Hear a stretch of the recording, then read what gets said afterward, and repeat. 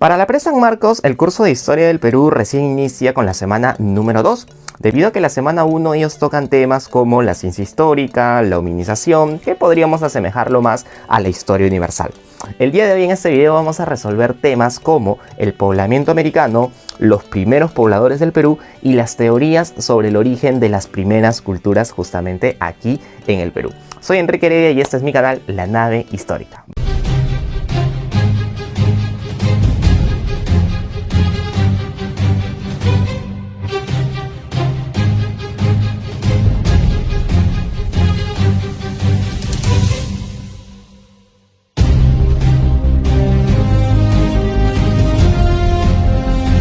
En esta pregunta, el tema principal es el poblamiento americano.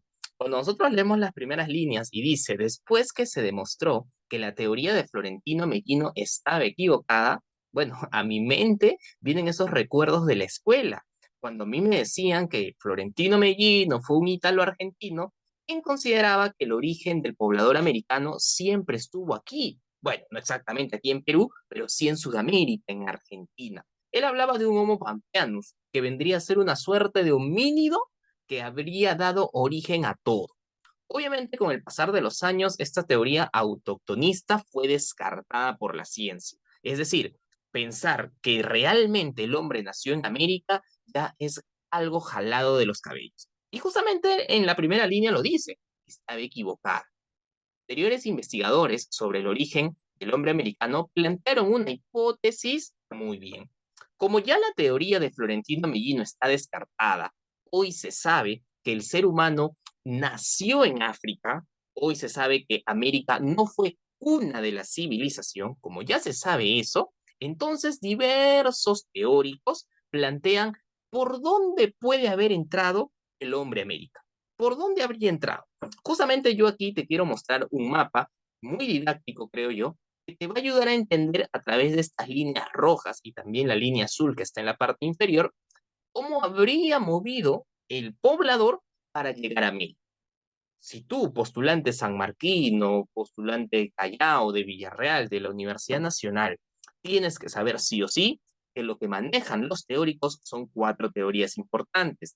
La asiática de Alex Hertlika, la australiana de Méndez Correa, la oceánica de Paul Rivet y la noratlántica, hay un error de tipeo, debe decir noratlántica, el famoso Bruce Bradley junto a Dennis Stanford. Son cuatro teorías que intentan explicar cómo habría sido el desplazamiento de los pobladores hasta llegar a la zona de América.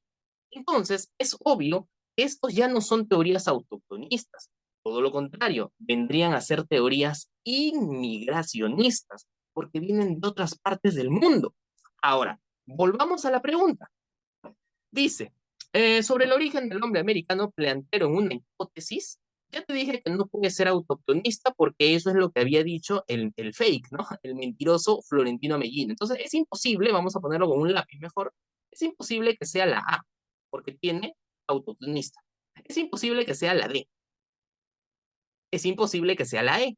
Ah, profe, lo está haciendo por descarte. Es un método válido. Vamos a seguir leyendo. Para encontrar una correcta explicación del inicio poblacional de nuestro continente, así también ya no se aceptaba la idea de que provenimos de un solo flujo migratorio. Lo que pasa es que, por ejemplo, te doy así, ¿no? Un datito. Hrdlicka, seguramente lo conoces, ¿no? Porque es el más importante cuando habla sobre el origen americano a través de Asia. Este hombre era un poco cerrado, sí, un poco cerrado, porque Hrdlicka decía que el hombre viene a través del estrecho de Bering, a través de las islas Aleutianas, pero negaba rotundamente la teoría oceánica. Es decir, para él, para el señor Hrdlicka, solo pudo haber entrado por Asia, no puede haber entrado por Oceanía, no puede haber entrado por Europa, no, no, se cerró, se cerró. Es decir, la teoría de Hrdlicka era monorracial, porque solamente explicaba que el hombre viene de Asia. Las demás las descartaba. En cambio, mi pata Paul Rivet, mi pata Méndez Correa, eran un poquito más open mind, es decir, estaban abiertos a leer y escuchar a otros teóricos. Paul Rivet, Méndez Correa no descartaban que el hombre puede haber llegado de Asia, que el hombre puede haber llegado de Australia, que el hombre puede haber llegado de Europa. No lo descartaban. Tenían un sustento teórico, en el caso de Paul Rivet, la teoría oceánica, en el caso de Méndez Correa, la australiana, pero no descartaban a las demás. ¿Te das cuenta? Entonces podríamos decir que sus teorías eran más polirraciales, ¿ya? Eran polirraciales porque hablaban de una migración a partir de diversos puntos. Entonces creo que con ello la clave ya va saliendo. Además, creo yo que un punto clave estaba al final de la pregunta, cuando te dice, sino que se planteaban teorías de carácter tal como lo sustentó autor de la teoría oceánica. Mira, también salía la clave solo con saber este dato. ¿Quién es el autor de la teoría oceánica? Esto es así recontra, pero recontra básico, pues. Recontra básico. El autor de la teoría oceánica es Paul Rivet. Por ende, la clave ya salió, sería la letra B. Esta debiste haber marcado en esta pregunta número 1. En la pregunta número 2 ya no es el tema de poblamiento americano. Ahora el tema viene a ser primeros pobladores del Perú. Dice que durante el periodo lítico, los pobladores andinos tuvieron que adaptarse al relieve de la sierra y a la costa para sobrevivir. Dice que la tradición costeña se caracterizó en lo económico por, bueno, todos sabemos, amigos y amigas, chicos, chicas y tú, que la economía de la sierra, comparándola a la costeña, tiene que ser distinta. Es decir, el poblador que vive en la sierra tiene que buscar recursos propios de su región. Y el poblador que vive en la costa se tiene que adaptar a la zona donde le ha tocado vivir. Es a partir de ahí que comenzamos a deducir. Por ejemplo, mira lo que dice la alternativa A. Desarrollo de la caza de camélidos andinos y cérvidos. Yo te pregunto, Miquín Color con, ¿dónde hay camélidos? ¿Dónde hay llamas, alpacas? ¿Dónde hay? ¿En la costa? Oye, sí, profe, en el zoológico no se hace enfermo. Es obvio que la alternativa A se refiere a la sierra. ¿Y qué me están preguntando a mí? ¿Te diste cuenta? Me están preguntando, lo subrayo más, así como garabatean los niños, costeño. Entonces la alternativa A guarda relación con la sierra. Descartamos la letra A. Aprovechó los recursos marinos. Profe, ¿en la costa recursos marinos? Puede ser, sí, puede ser. Los recursos marinos puede ser a través justamente del mar, valga la redundancia, o del río incluso. Puede ser. Pero mira lo que dice después. Caza de camélidos. La caza de camélidos es propia de la sierra, es una actividad serrana también. Entonces, descartamos la B. Profe, la C, intensificó recolección selectiva de tubérculos. Miquín color con, el tubérculo donde se cultiva, donde se siembra, mejor dicho. El tubérculo es propio de la zona, de la sierra también. Entonces la descartamos. Buscó recursos en el mar, valles, lomas, humedales. Pregunta, ¿hay valles en la costa? Sí. ¿Hay lomas en la costa? Sí. ¿Hay humedales en la costa? Sí.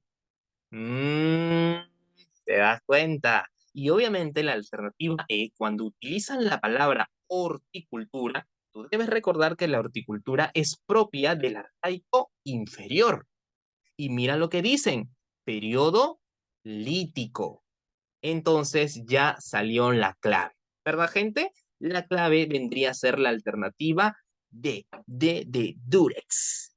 Vamos a la número 3. La número 3 también pobladores del Perú, pero en este caso se refiere netamente al arcaico inferior, ¿no? Y bueno, después de que tú leas todo, te vas a dar cuenta que dice secuencia cronológica. Y nos ponen cuatro pobladores: Guitarrero, Telar Machay, Nanchok y Santo Domingo.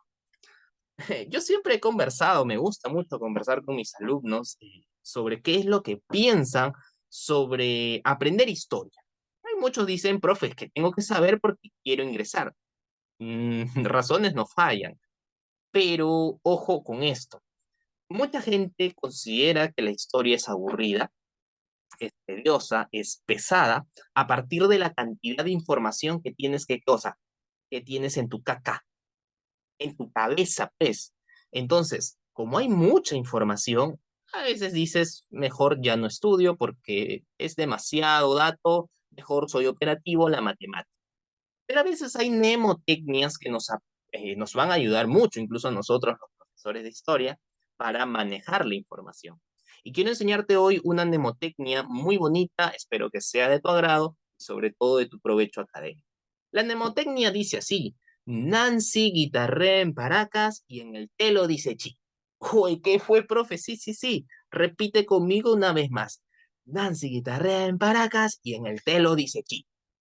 Profe, ¿cómo es eso? Ya, esta frase muy pícara nos va a ayudar a reconocer los pobladores del arcaico inferior, pero de manera cronológica. Es lo que a veces nos piden las preguntas tipo DECO, y en este caso la pregunta de la pre-San Marcos. Por ejemplo, lo primero, Nancy, profe, ¿de qué es nada? Sodio, no seas enfermo, Nanchoc, este poblador de la zona de Cajamarca.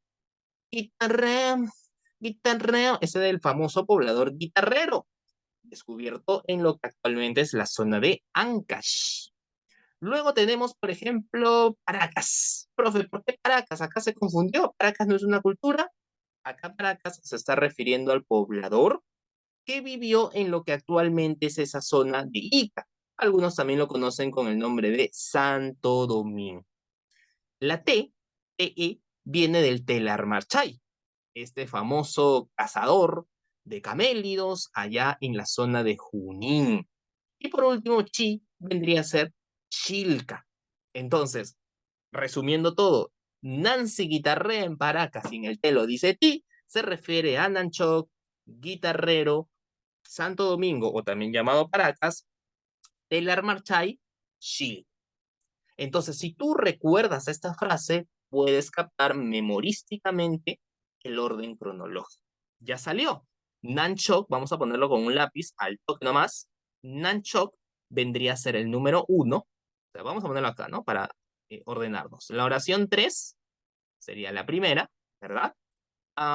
Luego, ¿cuál vendría? Vendría guitarrero, o sea, la oración 1, ¿cierto? 3 1. Luego vendría Paracas. Profe, no hay Paracas. Ya te dije que Paracas también se le llama al Santo Domingo. Entonces pondríamos acá la 4, ¿cierto? Y por último, la oración 2. Con eso ya salió respuesta. A ver, vamos, 3 1 4 2 3 1 4 2. ¿Dónde está? ¿Dónde está? ¿Dónde está? ¿Dónde está? Salió. La alternativa C. Profe, y así vino en la Pre-San Marcos, ciclo actual. Ya sabes que si quieres más información y quieres realmente aprender historia, lo puedes hacer acá en nuestro canal La Nave Histórica o meterte en nuestros ciclos virtuales destinados a universidades nacionales y privadas, ¿sí? O si te gusta el video, puedes también colaborarnos desde el monto más mínimo o lo que te nazca de tu corazón a través de este código QR. Pregunta número 4.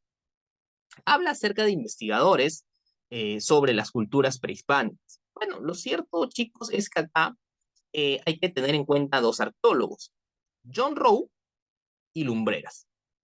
Y después hay una serie de oraciones que tendríamos que determinar si son verdaderas o son falsas. Bien, yo te he preparado aquí un cuadro, chicos, que les va a ser de mucha ayuda, ¿no? Este cuadro, por ejemplo, nos va, vamos a ver si me puedo achicar, ahí está.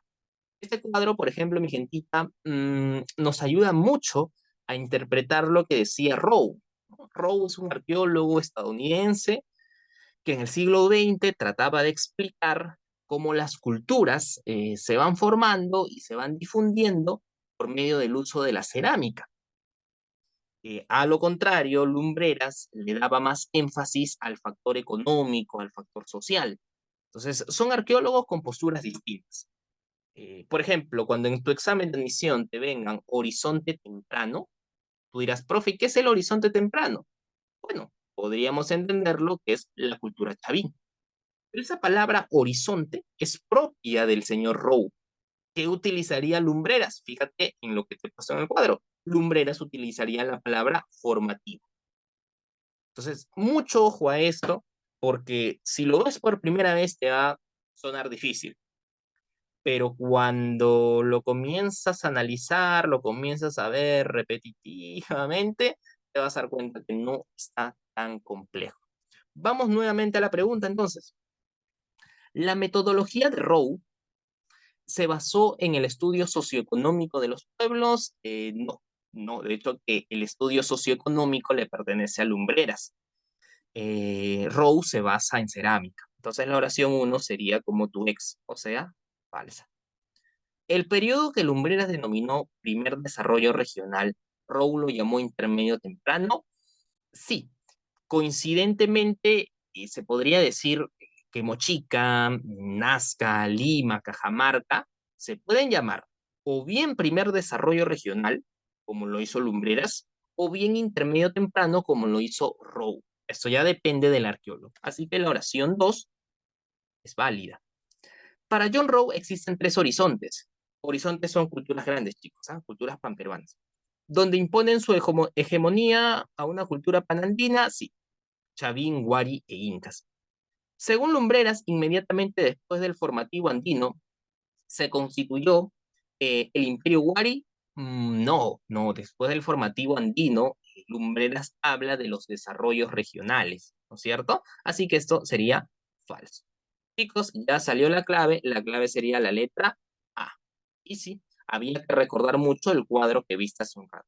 Si estás viendo este video por primera vez y por ahí te ha descuadrado esta pregunta, te aconsejo que retrocedas y le tomes captura al cuadro que elabora. Para cerrar el video, la pregunta 5 dice, los autores sobre la civilización. Ya. Chicos, hay que recordar algo. Cuando todos hablamos de culturas, a nuestra mente viene Chavín, Paracas, Moche, Nazca, Chincha, bla, bla, bla. Ya, correcto, está bien.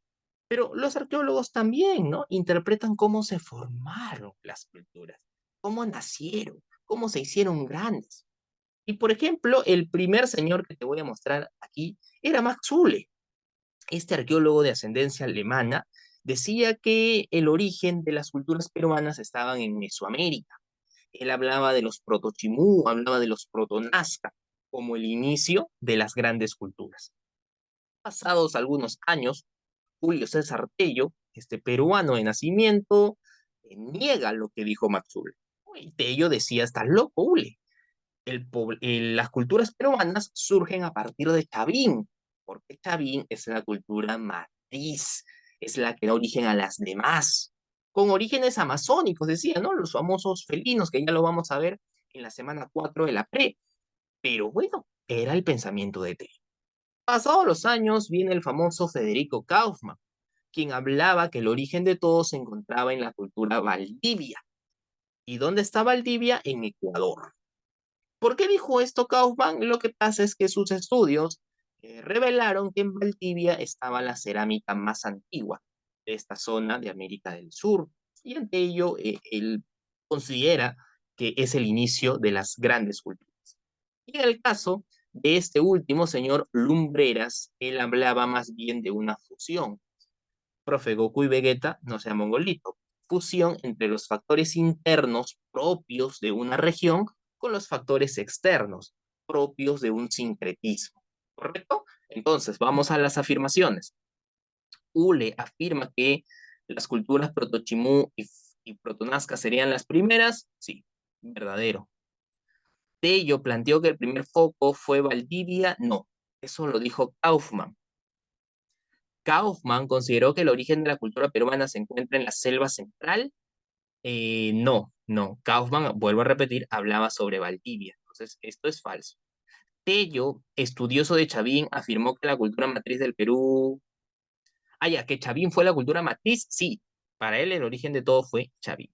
La clave sería la oración uno, la oración 4, mi gentita. Gentita, este ha sido la semana número 2 de la Pre San Marcos. Si te gustó el contenido, no te olvides dejarlo like, compartir con la gente que está estudiando igual que tú y sobre todo, pues, apoyar a este humilde canal que poco a poco está subiendo. Ya sabes que tenemos ciclos para San Marcos, ciclos para institutos técnicos o ciclos personalizados de historia con el Cheli. Muchas gracias y hasta un próximo videito, mi gentita. Ah, ya se viene la semana 3, la semana 4, vamos a subir todos los contenidos.